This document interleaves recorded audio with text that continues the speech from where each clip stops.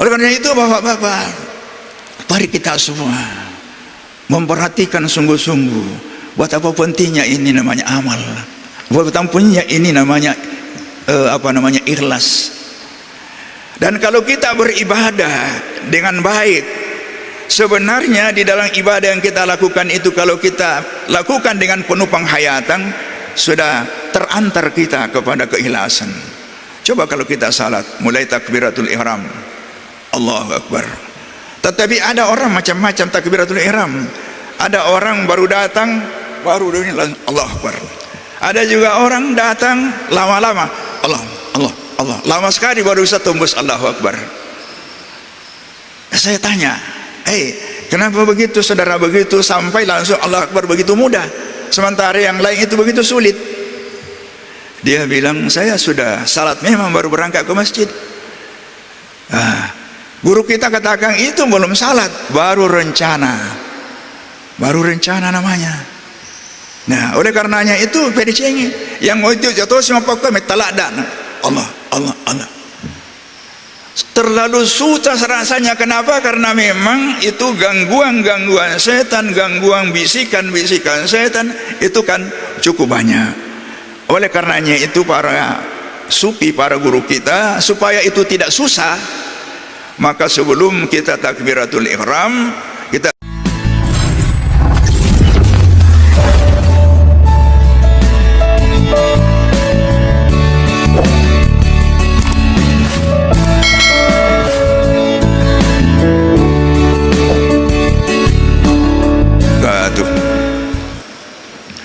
Alhamdulillahilladzi ahyana ba'da ma amatana wa ilaihin nusur. Asyhadu an la ilaha illallah wahdahu la syarikalah wa asyhadu anna Muhammadan abduhu wa rasuluhu la nabiyya ba'dah. Allahumma salli wa sallim ala sayyidina wa safiina wa habibina wa maulana Muhammad wa ala alihi wa sahbihi ajmain. Amma ba'd. Bapak-bapak, ibu-ibu, para remaja, hadirin hadirat sidang jamaah salat subuh Masjid Agung Al-Munawir yang merupakan subuh yang keempat dari bulan suci Ramadan yang sama-sama dimuliakan oleh Allah. Alhamdulillah, semalam kita sudah menjelaskan tentang pengertian ikhlas. Bagaimana itu ikhlas? Tentu kita sudah pahami bahwa itu adalah salah satu rahasianya Tuhan yang disimpan di dalam hati setiap hambanya. Kemudian itu dari situ lahirlah terjemahan-terjemahan, penjelasan-penjelasan baik dari hadis maupun juga dari Al-Quran dan petunjuk-petunjuk ulama apa sesungguhnya itu ikhlas. Hadirin sekalian saya muliakan, kalau kita melihat ke dalam Al-Quran, ayat yang paling banyak adalah tentang keikhlasan. Kita baca ayat, setiap kita bertemu ayat, di situ tergantung keikhlasan. Tetapi yang pokok, yang paling pokok tentang keikhlasan, surah Al-Ikhlas itu sendiri. Qul huwallahu ahad, Allahus samad, lam yalid wa lam yulad wa lam yakul lahu kufuwan ahad. Seluruh ayatnya itu menunjukkan bahwa hanya Allah, hanya Allah, hanya Allah, hanya Allah, tiada yang lain.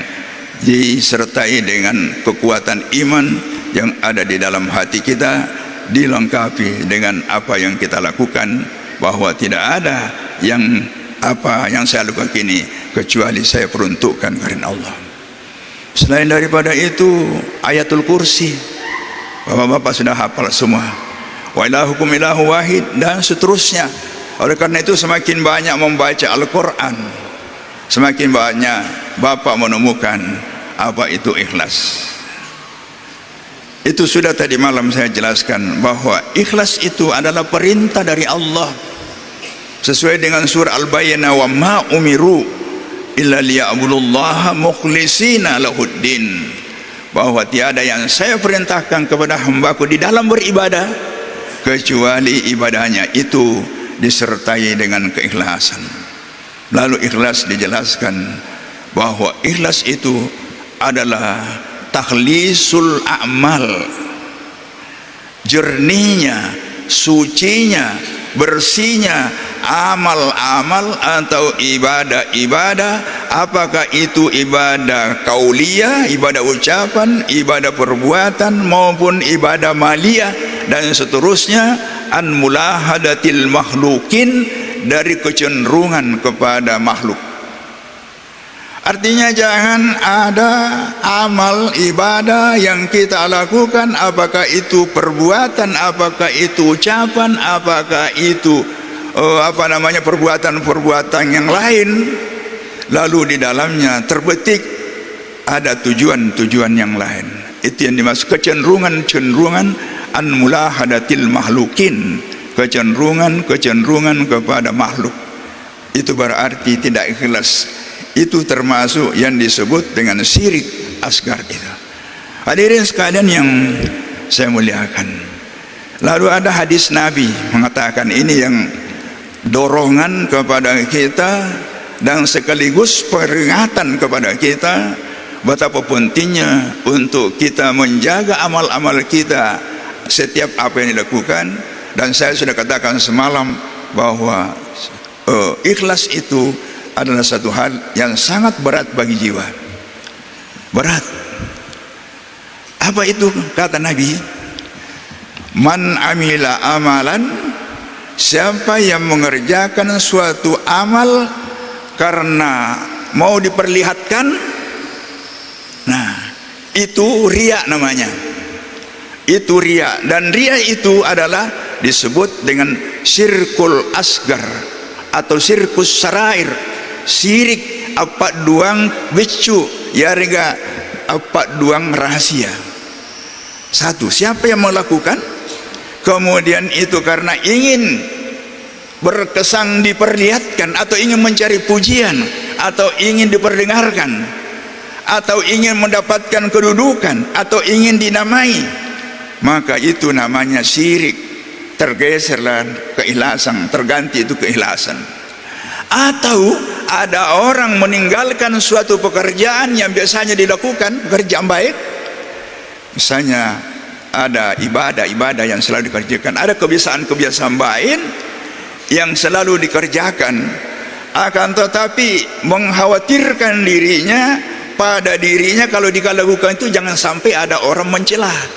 Jangan sampai saya dituduh orang, masalah daya terlalu saleh ini, terlalu mau dikata ini, dia tinggalkan. Ini juga namanya syirik. Ini juga adalah syirik karena dia meninggalkan sesuatu pekerjaan bukan karena Allah, tetapi karena orang mau. Jadi oleh karena itu, apa itu ikhlas? Bagaimana itu ikhlas? Jadi ikhlas di sini adalah antaranya itu dua, bukan karena orang kita lakukan dan bukan juga karena orang kita tinggalkan. Jadi apa itu? Adalah karena Allah. Disinilah memang berat itu.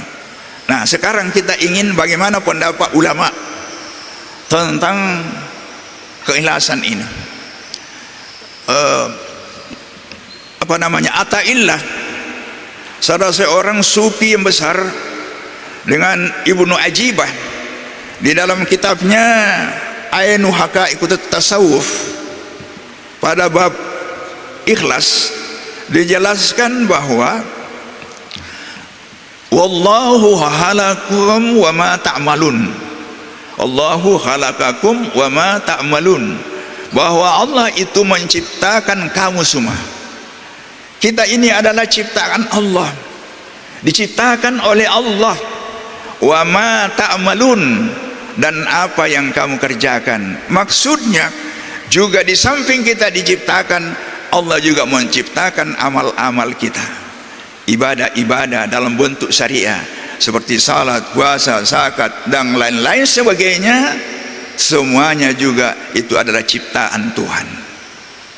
Allahu khalaqakum wa ma ta'malun, Allah menciptakan kamu dan juga menciptakan seluruh amal-amal yang kamu kerjakan. Lalu seterusnya dijalankan. Ingat bahwa sesungguhnya ibadah-ibadah itu semua, salat, puasa, zakat, haji, dan lain-lain sebagainya, ada 3 bentuknya. Menurut Ata'illah Skandari dengan Ibnu Ajibah dalam kitabnya Ainu Haqaiqut Sawib, ada 3 istilahnya. Pertama, bahwa amal-amal itu, ibadah-ibadah itu adalah ajsadun. Apa itu ajsad? Bagaikan tubuh. Seperti tubuh. Bapak tubuh ya. Bapak sudah tahu itu tubuh. Yang kedua, dia katakan itu suarong kaimah. Apa itu suarong kaimah? Patung. Seperti foto. Bentuk. Jadi ajsadun tubuh, yang kedua suarong kaimah. Suarong kaimah itu patung. Dan yang ketiga adalah asbahun. Apa dibilang asbahun? Pajo-pajo. Pajo-pajo. Kalau jasad tidak ada tubuhnya, tentu tidak bergerak. Bapak biasa lihat di tator, ada orang mati sudah puluhan tahun, bahkan ada yang ratusan tahun dipakai baju, tapi tidak bisa bergerak, tidak bisa berkata-kata. Kenapa? Karena tidak ada rohnya. Ada gambar patung berdiri, patung Hasanuddin, patung Lasindrang, dan lain-lain. Itu namanya patung. Nah, itulah amal-amal yang tidak ada keikhlasan, didasarkan ikhlasan dilakukan. Begitu juga pajo-pajo yang disebut asbahum. Bapak-bapak tahu apa namanya pajo-pajo? Pajo-pajo biasanya itu petani, Pak Galung, Pak Dara, dari kona taurangi angka olok-kolok ya harga angka kita orang untuk ganggu tanaman, maka biasanya pasangi pajo-pajo, pasangi agak-agak corona apa napa bajui, bahkan apa sapatui, bahkan apa heling dan lain-lain. Ini namanya asbahun, pajo-pajo. Inilah bentuk-bentuk amal. Nanti setelah ibadah-ibadah itu dilakukan dengan keikhlasan yang bersumber dari hati dan keikhlasannya semata-mata kepada Allah Subhanahu wa taala, barulah itu bernyawa. Itulah rohnya, itulah amal itu menjadi hidup. Hidupnya bermanfaatlah itu amal. Hadirin sekalian saya muliakan. Oleh karena itu bapak-bapak, mari kita semua memperhatikan sungguh-sungguh buat apa pentingnya ini namanya amal, buat apa pentingnya ini namanya ikhlas. Dan kalau kita beribadah dengan baik, sebenarnya di dalam ibadah yang kita lakukan itu, kalau kita lakukan dengan penuh penghayatan, sudah terantar kita kepada keikhlasan. Coba kalau kita salat, mulai takbiratul ihram, Allahu Akbar. Tetapi ada orang macam-macam takbiratul ihram. Ada orang baru datang, baru ini Allahu Akbar. Ada juga orang datang lama-lama, Allah, lama sekali baru bisa tembus Allahu Akbar. Saya tanya, kenapa begitu saudara, begitu sampai langsung Allahu Akbar begitu mudah, sementara yang lain itu begitu sulit? Dia bilang, saya sudah salat memang baru berangkat ke masjid. Guru kita katakan itu belum salat, baru rencana namanya. Nah, oleh karenanya itu pedicengi yang mau itu jatuh semua pokok metaladan Allah. Terlalu susah rasanya. Kenapa? Karena memang itu gangguan setan, gangguan bisikan setan itu kan cukup banyak. Oleh karenanya itu para sufi, para guru kita, supaya itu tidak susah, maka sebelum kita takbiratul ihram, kita siap-siap dimasukkan memang itu nama Allah di dada kita. Ipatamiman yaqwarota yarolaban Allah, baru kita takbiratul ihram, Allah langsung nyambung. Begitu kita ucapkan syariahnya itu Allahu Akbar sebagai rukun di dalam salat itu, pengantar untuk kita matu ikhlas. Begitu kita ucap Allahu Akbar, bersambung itu Allahu Akbar. Enak. Jadi sebagai pengetahuan yang perlu kita amalkan dan praktekkan, bagaimana kita agar supaya kita bisa terjadi keikhlasan di dalam melakukan setiap ibadah. Begitu juga ketika kita mau puasa, nawaitu shauma ghadin, betul-betul sungguh-sungguh kita mau berpuasa, bertekad mulai dari terbit fajar sampai terbenam matahari, sampai tenggelam matahari, dengan keyakinan untuk menghindarkan seluruh larangan-larangan puasa. Dengan demikian itu niat yang ikhlas, dan lain-lain sebagainya, dan lain-lain sebagainya. Pokoknya bapak-bapak kalau mau mendalami bacaan-bacaan salat sampai assalamualaikum, seluruhnya membawa kita kepada ikhlas. Salat itu sendiri ikhlas. Wajjahtu wajhiya lilladzi, aku hadapkan wajahku, dan seterusnya. Semuanya bapak-bapak. Akan tetapi kalau kita baca saja begitu tanpa dihayati, tidak sampai tembus ke dalam hati, itu kosong namanya. Ibadah yang tidak disertai dengan meringarang berarti namanya itu ibadah kosong. Kalau ibadah itu kosong, tidak ada apa-apa yang kita dapat, dan yang mengisinya itu adalah peringarang, dan peringarang itu disitulah datang keikhlasan. Hadirin sekalian saya muliakan, ada ucapan seorang sufi bahwa kalau ada orang bisa ikhlas selama 40 hari berturut-turut dalam ibadahnya, kalau kita bisa ikhlas 40 hari berturut-turut tertanam betul, akan diberikan oleh Allah Subhanahu wa taala hikmah-hikmah dari dalam hatinya sampai menembus ke dalam ucapan-ucapannya yang baik. Coba makinya, bukan salat arba'in ya, bukan salat arba'in yang dilakukan, tetapi adalah keikhlasan selama 40 hari. Jadi di dalam bulan puasa ini 30 hari tambah 10 hari, bukan berarti bahwa sesudahnya tidak ikhlas lagi. Akan tetapi kita harus semakin sudah gampang dengan ikhlas. Nah itu bapak-bapak, hadirin ibu-ibu yang saya muliakan, ikhlas ini banyak orang katakan, wah, dan banyak juga katakan segala sesuatu saya karena Allah 50.000, karena Allah 20.000, karena Allah, dan seterusnya. Nah itu tadi bahwa siapa yang mengatakan saya ikhlas karena Allah bisa melenceng tidak ikhlas. Jadi bagaimana kita menyikapi supaya ini? Ada yang mengatakan itu motivasi supaya, ada juga mengatakan wa amma bi ni'mati rabbika fahaddits. Iya, apapun yang kita sebut, tapi jangan sampai muncul yang bisa mengganggu yang namanya amal. Hadirin sekalian saya muliakan, bagaimana memelihara keikhlasan itu? Pekoi caranya jaga keikhlasannya agar supaya betul-betul itu terasa di dalam diri kita. Salah satunya itu dihayati semua ibadah-ibadah yang kita lakukan. Imam membaca itu dengan indah, dengan baik, hayati dengan baik, insya Allah akan terserap kepada sun kita. Yang kedua, itu kita selalu bertaubat. Selalu bertaubat. Astagfirullah. Karena salah satu yang paling banyak mengganggu ikhlas itu adalah kalau adanya dosa. Apalagi kalau banyak dosa, di saat kita melakukan ibadah, datang itu dosa terbayang. Datang itu dosa macam-macam.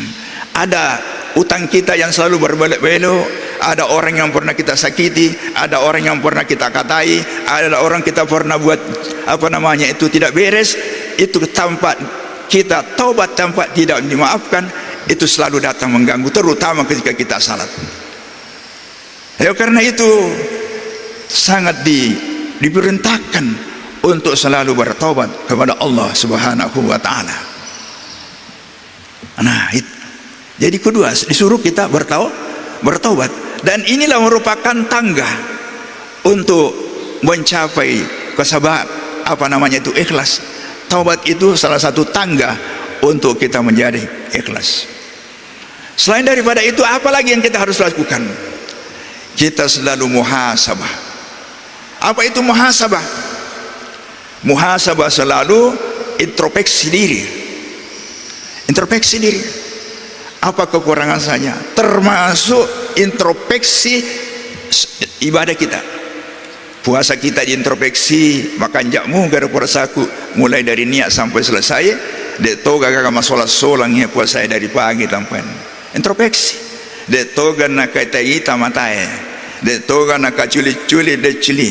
Dek toga nak sembarang omonnya itu lidah dan lain-lain. Itu di apa namanya, muhasabah namanya. Di muhasabah. Nah, kata Umar bin Khattab, salah seorang sahabat Nabi, al-qayyisu mandana nafsahu, bahwa orang yang cerdas, orang yang pintar, mandana nafsahu, ialah orang yang selalu memeriksa dirinya, orang yang selalu menghisab dirinya, memuhasab dirinya, kemudian wa amila lima ba'dahu, dan dia berbuat baik sesudahnya. Itu yang orang cerdas. Orang selalu mengoreksi dirinya sendiri, bukan mengoreksi dan bukan selalu mengkritik orang lain, tetapi dirinya. Al-qayyisu mandana nafsahu wa amila li ba'dal maut. Hadirin sekalian yang saya muliakan, para ulama mengatakan orang yang selalu muhasabah dirinya akan dia memperoleh efek yang lebih baik. Pertama, orang yang selalu muhasabah terhadap dirinya itu, pada amal-amalnya, pada ibadah-ibadahnya, seluruh perbuatannya akan bernilai ibadah di sisi Allah Subhanahu wa taala. Bernilai ibadah. Kenapa? Karena dia mengantar untuk yang ikhlas. Apa benar? Yang kedua, bahwa orang yang selalu apa namanya itu muhasabah, dia akan menjadi disiplin, akan menjadi teratur, akan menjadi rajin, akan semakin terdorong untuk melakukan kebaikan-kebaikan. Dan yang ketiga, orang yang selalu muhasabah itu akan mudah pemeriksaannya nanti di hari kemudian. Mudah pemeriksaannya. Contohnya begini, narik ku angkat Amirul Mak kepala lutu, taruhlah mau ke Mekah atau mau kemana saja, sudah ada peraturan bahwa barang bawaan hanya sekian kilo. Orang yang sudah menghisap dirinya, mengintrospeksi dirinya, memeriksa barang-barang bawaan yang akan dibawa, maka pemeriksaannya sebentar tidak ketat, langsung lolos. Akan tetapi nareko, dia tidak hisap, dia tidak muhasabah terhadap dirinya, simpang masukkan saja, maka sebentar akan diperiksa dengan ketat, bahkan mungkin akan dibongkar tasnya dan kopornya sehingga memperlambat perjalanannya. Jadi bapak-bapak, kalau kita mau pemeriksaan kita, maka mari kita selalu, dan itulah muhasabah yang salah satu juga tangga selain daripada taubat. Tangga yang kedua menuju ikhlas adalah muhasabah. Masih ada lagi tangga yang dilalui untuk mencapai ikhlas, adalah namanya murakabah. Murakabah. Apa yang dimaksud murakabah? Berasal dari kata rakibun, atidun. Rakib, malaikat rakib, malaikat atid yang selalu berada di kanan dan kiri kita, mengetahui dan mencatat setiap amal yang dilakukan. Nah, sekarang orang yang merakabah itu, dia selalu merasa bahwa dirinya diintai, diawasi oleh Allah. Oleh karena itu dia merasa diintai dan diawasi oleh Allah, maka dia pasti di dalam beramalnya itu pasti dia akan tidak menyimpang, dia perbaiki supaya betul-betul apa yang dilakukan menjadi amal-amal yang diterima oleh Allah Subhanahu wa taala. Dan masih banyak lagi, ada ar-raja, ada as-sabr dan lain-lain sebagainya. Tentu tidak sempat kita jelaskan semuanya. Hadirin sekalian yang saya muliakan, memang mencapai yang namanya ikhlas ini bukanlah hal yang mudah. Kenapa? Karena gangguan-gangguan untuk menuju ikhlas banyak sekali. Antara lain gangguan setan yang disebut wiswas. Wiswas mengganggu itu. Ikhlas kita apa tidak ikhlas, gangguan setan selalu ada. Oleh karena itu dilawang, maka kita selalu a'udzubillahi minasyaitonirrajim. a'udzubillahi minasyaitani min hamasihi wa nafasihi wa nafahihi. Selalu kita baca itu doa agar supaya gangguan-gangguan setan kita bisa hindarkan. Selain daripada itu, nafsu kita sendiri, keinginan-keinginan kita, kadang kalau kita melakukan ibadah datang itu membelok-belokkan, dibelok-belokkan sehingga sulit untuk kita. Jadi karena itu, kalau kita sudah yakin pertama dari itu, maka nafsu jiwa itu gampang ditundukkan. Kalau belok diluruskan lagi, belok diluruskan lagi. Setiap apa pekerjaan kalau belok lagi, ambil lagi Pak, diluruskan. Seperti ikhlas itu seperti setir, seperti setir, belok lurus, belok lurus, belok lurus itu. Ya memang semua orang pasti ada. Nah, jadi yang kemudian seterusnya di samping itu tadi apa yang harus lakukan, gangguan-gangguan memang sudah cukup banyak. Kemudian gangguan-gangguan yang disebut dengan cinta dunia. Cinta dunia itu, cinta dunia tidak pernah habis. Dan sebagai kesimpulan bapak-bapak, mari kita semua, khususnya di bulan Ramadan ini, sebagai latihan untuk kita, latihan iman, memperbaiki spiritual kita, untuk meningkatkan iman kita, yang memperolehnya namanya kelas yang lebih tinggi yang disebut dengan takwa. Kuntinya adalah kita memperbaiki hati, yaitu ikhlas. Dan mari kita semua melakukan ibadah-ibadah di dalam bulan Ramadan itu dengan penuh keikhlasan dan mencari ridhanya Allah Subhanahu wa taala. Semoga kita insyaallah nanti keluar dari bulan Ramadan betul-betul kita menjalankan hidayah, memperoleh barakah, rahmat dan kasih sayang dari Allah, serta dosa-dosa kita semua diampuni itu. Rezeki kita semakin dimudahkan. Mari kita berdoa. Amin. Bismillahirrahmanirrahim. Allahumma lakal hamdu wa ilaikal mustaqa wa antal musta'an wa alaikal balagh wa la haula wa la quwata illa billahil aliyyil wa nasta'inuka ala fasadin fina wa nas'aluka as-salaha fi amrina kulli. Allahumma salli wa sallim ala sayyidina wa safiina wa habibina wa maulana Muhammad wa ala alihi fi kulli matin wa nafasin adana ma bi ilmillahil alim. Salatan daimatan bi dawamillahil alim. Ta'diman li haqqika ya maulana ya Muhammad ya zal khulqil adim.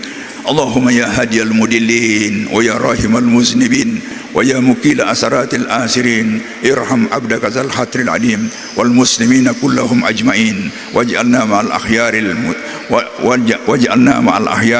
mu'minin. Wa sallallahu ala sayyidina Muhammadin nabiyil ummi wa ala alihi wasallam walhamdulillahi rabbil alamin. Al-Fatihah. Bismillahirrahmanirrahim. Maliki yaumiddin. Iyyaka na'budu wa iyyaka nasta'in. Shiratal ladzina an'amta 'alaihim ghairil maghdubi 'alaihim. Assalamualaikum warahmatullahi wabarakatuh.